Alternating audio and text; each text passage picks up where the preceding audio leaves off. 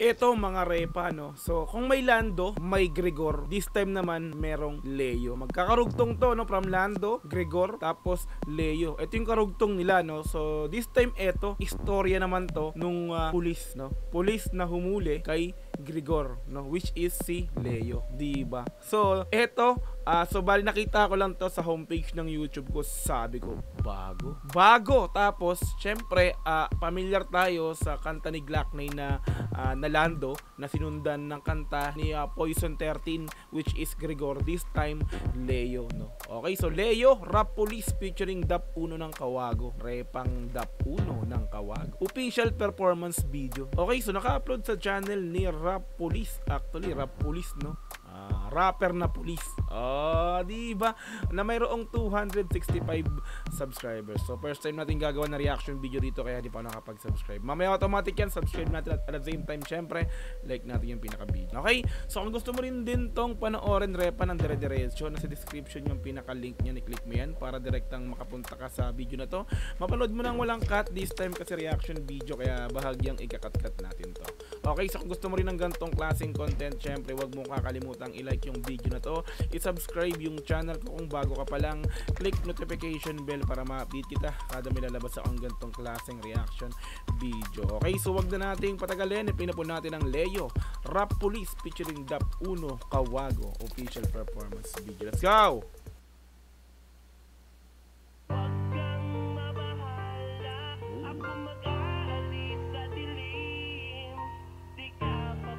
Katono talaga ng ng Lando.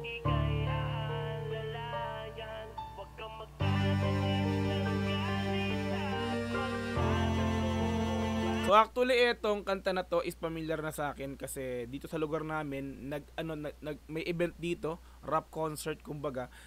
Guest to, no, si Dap Uno ng Kawago. Tapos kasama niya to si Rap Police. Nag-perform sila dito ng kanta na yan. So pinerform nila yan dito live sa amin sa lugar ng Barangay Pansol, Quezon City. Okay, let's go, tuloy.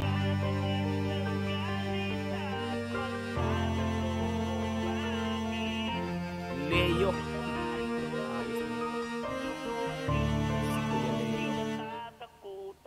Wag kang mabahala, ako mag-aalis sa dilim, di ka pababayaan. Kumbaga Lando, wag kang mabahala, may nag-aabantay sa dilim, di ba ganon? So iniba lang yung sa dilim, di ka pababayaan, ika'y aalalayan. Wag kang magtatanim ng galit at magtatanong kung bakit ko nagawa ito.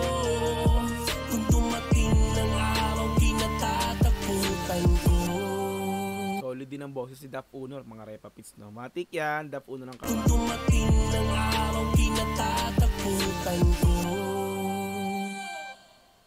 Nagsimula ang kabanata ng aking makilala, isang bata sa iskinita doon sa dakong ermita. Habang ako'y nakakaranas ng pang-aalipusta, dahil ako daw ay mahina at ako'y isang lampa. Ngunit biglang may dumating isang batang nakaitim, kundi daw sila titigil, siya ang kanilang harapin. Bigla silang nagtakbuhan. So dito ang kwento neto, so yung si Rap Police o yung police dito is kaibigan niya si Gregor, na which is yung sa kwento ni Gregor is yung nakapatay sa girlfriend niya na si Elsa. Okay, let's go. Di daw sila titigil, siya ang kanilang harapin. Bigla silang nagtakbuhan, agad kaming iniwanan. Ako'y natulala at labis na nahihiwagaan. Siya si Gregor, ang batang kanina'y sa'kin Si Gregor, ang ganda ng pagkaganon. at labis na nahihiwagaan. Siya si Gregor, ang batang kanina'y sa'kin nagtanggol. Sa kanya ay nagpasalamat at biglang humagulgol. Sawang-sawa na kasi ako sa aking nararanasan. Harangin, sasaktan at pilit na pagnanakawan. Ganito ang mundo, tanong na may pagkalito. Kung sino pang mabuti siyang dumaranas ng ganito. Siya'y biglang umakbay sa'kin, itagal mo sa bato. Tayo'y magkaibigan at ako'y laging naririto. Wag kang May isang bata na binubuli ng ibang mga kabataan, no, doon sa lugar ng Iskinita, sa Iskinita nung doon sa Iskinita sa Ermita, no. So si Leo dito is binubuli, tapos dumating dito si Gregor para ipagtanggol ang binubuli na kung saan is si Leo. Binubuli ng mga bataan. Yun yung kwento. Yun yung unang kabanata, yung first verse. So, galing. Doon sila nagkakilala ni Leo at ni Gregor. At Gregor, Leo at Gregor. Okay, let's go. Tuloy to. Tayo'y magkaibigan at ako'y laging naririto. Huwag kang mabahala, ako mag-aalis sa dilim. Di ka pababayaan, ika'y aalalayan. Huwag kang magtatanim ng galit at magtatanong kung bakit ko nagawa ito. Kung dumating ng araw, kinatatakutan kahit sino pang humarang. Ang ganda ng lyrics ng first verse at saka ng pinakang chorus. 'Di ba? Yung tono talagang landong-lando, no? Pero syempre tono lang, pero yung lyrics syempre matik. Dumating ng araw, kinatatakutan kahit sino pang humarang, walang makakahadlang pagkat may kaibigan ng katuwang sa bawat hakbang. Wala nang kakatakutan basta't kami ay magkasama. Pagkatapos sa eskwela kami diretso kalsada upang kumayod kumita. Pagka dito kampante na si Leo dahil meron siyang kakampi palagi, ang tagapagtanggol na kung saan eto si Gregor. Wow, solid. Pagkatapos sa eskwela kami diretso kalsada upang kumayod kumita ng kahit na konting baryang kailangan niya upang tulungan ng may sakit niyang ina. Lubos sa aking paghanga, sa aking matalik na kaibigan ng ako. Mabait dito si Gregor, dumidiskarte kahit barya-barya lang, pantulong dun sa pambili ng gamot ng lola or lolo. Wait lang. Niyang ina, lubos nanay niya. sa aking paghanga, sa aking matalik. Kasi di ba sa kwento ni Gregor doon sa di ba yung nanay niya iniwan yung nanay ni Gregor ng tatay niya ng babae, sumama sa ibang babae na yung tatay niya, tapos naiwan sa kanya yung nanay niyang may sakit, di ba? Yun yung kwento ni Gregor dito. Kaya ang ginawa niya yun, di ba, ng hold up. Let's go. Pangtulungan ng may sakit niyang ina, lubos sa aking paghanga, sa aking matalik na kaibigan ng ako sa sariling hindi siya iiwanan. Ngunit dumating ang araw na hindi ko inaasahan. Sabi ng aking ama, lilipat kami ng tirahan para daw mas mapaganda ang aking kinabukasan. Alam ko na yung kwento, di ba? Kumbaga lilipat ng tirahan si Leo, so aalis dun sa lugar nila sa ermita na kung saan is makapalayo siya kay Gregor. Yung magkaibigang matalik is maghihiwalay na nga dito sa pangalawang verse na to, no? Let's go. Ng tirahan para daw mas mapaganda ang aking kinabukasan. Agad tumakbo palayo upang hanapin ang kaibigan. Paalam na Gregor, sambit na may pagkalito. Di kita gustong iwanan, patawarin mo ako. Tanggapin mo tong lanseta na regalo ko sa'yo. May regalo. Paglisa. Magpapaalam na siya, di ba, sa kaibigan niya, hinahanap pa talaga niya para makapagpaalam siya dahil lilipat na nga sila ng tirahan. Tapos may regalo si Leo dito kay Gregor na lanseta, which is kutsilyo, no? Yun siguro yung ginamit, no, ni Gregor. Okay, tuloy natin to. Tuloy. Tanggapin mo tong lanseta na regalo ko sa'yo upang sa aking paglisan ay maaalala mo ako. May regalo talaga. Mabahala, ako mag-aalis sa dilim. Di ka pababayaan. So nakakadalawang verse pa lang tayo, pero diba grabe solid yung mga storytelling, Repa. Nagkakilala dahil binubuli ng mga lalakihan si Leo, pinagtanggol ni Gregor. Eto na, naging magkaibigan. At syempre, walang forever kumbaga, di ba? Nangyari is nagkaroon sila, no, nagkahiwalay din silang magkaibigan kasi lilipat ng tirahan si Leo, na kung saan is mag-aaral sa ibang lugar, parang ganun. Lilipat ng tirahan para makapag-aral din, di ba? Yun kasi may pangarap nga naman. So let's go, tuloy. Aalis sa dilim, di ka pababayaan. Ika'y aalalayan. Huwag kang magtatanim ng galit at magtatanong kung bakit. Grabe yung pinakang instrumental, nakakakilabot, no. Yung pa lang sa instrumental pa lang makikilabutan ka na, tapos ganito pa yung istorya. Yung pagganap nila sa music video, talagang masasabi nating solid din yung ganapan dito, no. Tingnan natin kung sino nag-direct nito at Walang paglalarawang idinagdag sa video na ito. Wala siya, no, kung sino nag-upload, sinong video nag-direct or beat producer, mga ganun-ganun, wala, no. So anyway, so let's go. Tuloy din to. Kung nagawa ito, kung dumating ng araw, kinatatakutan ko. Yan na. Dumating yung araw na kinakatakutan Isang ko. gabi ng Huwebes, handa na sa unang araw. Nagtrabaho bilang pulis, kabako'y umaapaw. Ito na. Upang aking pagsilbihan, minamahal kong bayan. Nang biglang may dumating na ulat, isang kaguluhan. Grabe. Eskinita. Unang deploy niya sa trabaho bilang pulis, no? Dito agad siya rumonda, no? Sa lugar na kung saan is ito yung lugar na kung saan is nandito si Gregor, no? 'Di ba? Sa lugar mismo nila dati ng pulis, no? Sa Ermita. Okay, let's go. Nakakilabot na. Bayan, nang biglang may dumating na ulat, isang kaguluhan. Yan na. Eskinita sa Ermita, habang kami rumuronda, isang lalaking balisa, buhat ang dugoan niyang nobya. Ang salarin nakilala sa ebidensya, Ito na. nakuha siya ang matalik kong kaibigan, di makapaniwala. Mabigat man sa damdamin, arestuhin si Gregor.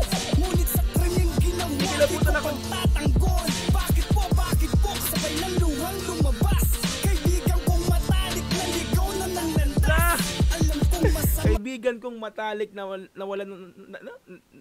naligaw ng landas. Oh. Ito na, Repa. Ito na sa pinakang exciting part, kumbaga rito ng mga Repa, no? Siya mismo ang huhuli sa kaibigan niyan. Nakadali ng babae, which is yung nobya nga niya, no? Si Gregor, Repa. Huliin mismo ng pulis na kaibigan niya. Okay. Kaibigan kong matalik, naligaw na ng landas. Alam kong masama ka na sa mata ng marami. Ngunit mabuti kaya ng alam ko sa sarili. Yes! Nasa Alam niyang mabuti yung si Gregor, hindi talaga siya masama. Kumbaga, masama sa iba, syempre, hindi alam yung tunay na pagkatao ni Gregor. Di ba?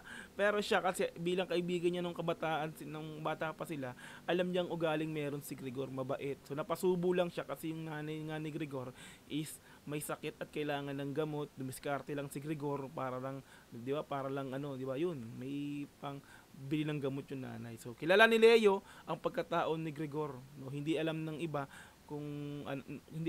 na ang tingin kasi syempre husgahan ka agad na gano'n na nakapatay ka, kailangan syempre masama ka na gano'n, no? Solid, Repa. marami. Ngunit mabuti kaya ng alam ko sa sarili. Nasa labas ng selda mo at paulit-ulit sinasambit ang isang napakalungkot na awit at ang sabi. Landong-lando. Di ko to ginusto sa mga poses sa iyong kamay. Bakit ako maglalagay sa kasalanan nagawa? Alam kong di mo sinasadya. Pasensya na ko, kaibigan ko.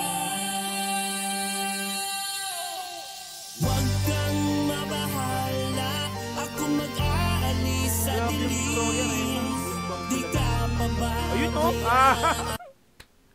Yan sila nung bata, pinakita rin no? Si Gregor yung medyo talaga may edad, no? Tapos ito si Leo, yung kumbaga ito yung binubuli nung una pa lang, no? Pinagtanggol siya ni Gregor. Okay, let's go, tuloy. Ika'y aalalayan. Galing yung actingan na rito, ha? Ng galit at magtatanong kung bakit ko nagawa ito. Kung dumating ng araw, kinatatakutan ko. A film by Mac Cruz. Siya yung nag-direct siguro. Isang gabi ng Huwebes, handa na sa unang araw. Nagtrabaho bilang pulis, kabako'y umaapaw. Upang aking pagsilbihan, minamahal kong bayan. Nang biglang may dumating na ulat, isang kaguluhan. Eskinita sa Ermita, habang kami rumuronda, isang lalaking balisa. Solid mga Repa. Galing. Balakpakan natin yan. Ang ganda ng mga actingan, di ba? Storytelling to, Repa. Dati yung mga gusto kong timahan ng rap. Mga Repa beats, no? At dahil dyan, syempre, like natin. Subscribe natin yan, Rap Police. Di ba? Si Sir. Napanood ko na yan ng live dito sa lugar namin. Solid talaga yung performance nun. At the same time, syempre, napakaganda ng meaning ng kanta. Di ba? Leo Rap Police featuring Dap Uno Kawago official performance video. Napaka goosebumps Repa Beats, no? O tulungan natin mga Repa Beats, no, si Rap Police, mababa pa lang yung subscribers niya pero ang ganda ng ano, no. So aangat 'yan. For sure aangat yung pinaka subscribers. Shoutout sa iyo Rap Police, no. Sulit. Solid. Rapper na police. Di ba? Ang ganda ng istorya. Di ba? First verse, nagkakilala sila ng dalawa, Leo at saka si Gregor. Kaya pinagtanggol niya sa mga nambubuli nga, yan, di ba? Hanggang sa naging magkaibigan sila. O, sige. Kasi malaking tao si Gregor eh. Kung pinakita rin dito, pinakita na malaking tao si Gregor, no? Pinagtanggol niya ngayon si Leo kasi nga binubuli ng mga, di ba? Mga ibang kabataan. Pangalawang verse, ayan, naging matalik silang magkaibigan, di ba? Kung saan pupunta. Pero sa kasamang palad, syempre, hindi natin masabi yung na talagang permanente. Walang permanente sa mundo, kumbaga parang ganun, no? So, umalis si Leo sa lugar nila na kung saan is lilipat ng ibang tirahan at the same time para makapag-aral lang, di ba? Ganun, di ba? Tapos may regalo si Leo kay Gregor na lanseta, no? Ang kulit ng regalo, no? Yung lanseta, yung pinakang garay, no? Goosebumps yun, no? Di ba? Biruin mo yung second verse na yun ay nagregalo siya ng lanseta para doon kay Gregor na kung saan is ginamit ni Gregor doon sa babae, di ba? Di ba? Na bidiskarte siya doon. Kumbaga yun yung ginamit niya na na panaksak. Di ba? Third verse siyempre, di ba? Galing. Goosebumps. Solid. Props sa inyong dalawa, no? Dap Uno and then si Rap Police. Goosebumps talaga to. So, kung di kayo familiar sa ibang viewers ko, no, kung di kayo familiar sa kantang Lando, ito yung karugtong nun, no?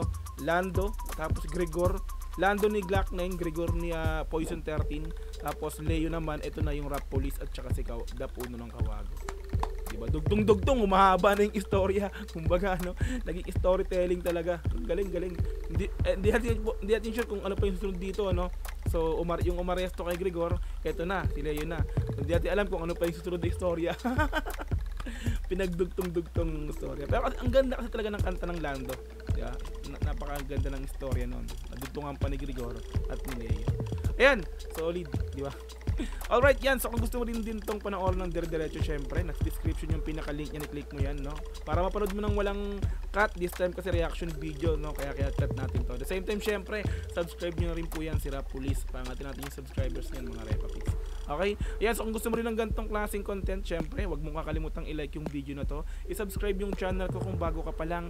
Click notification bell para ma-update kita kada may lalabas akong ganitong klaseng reaction video. Hanggang sa muli, marami pong salamat. It's Dogzy TV. Peace and I'm out. Yeah.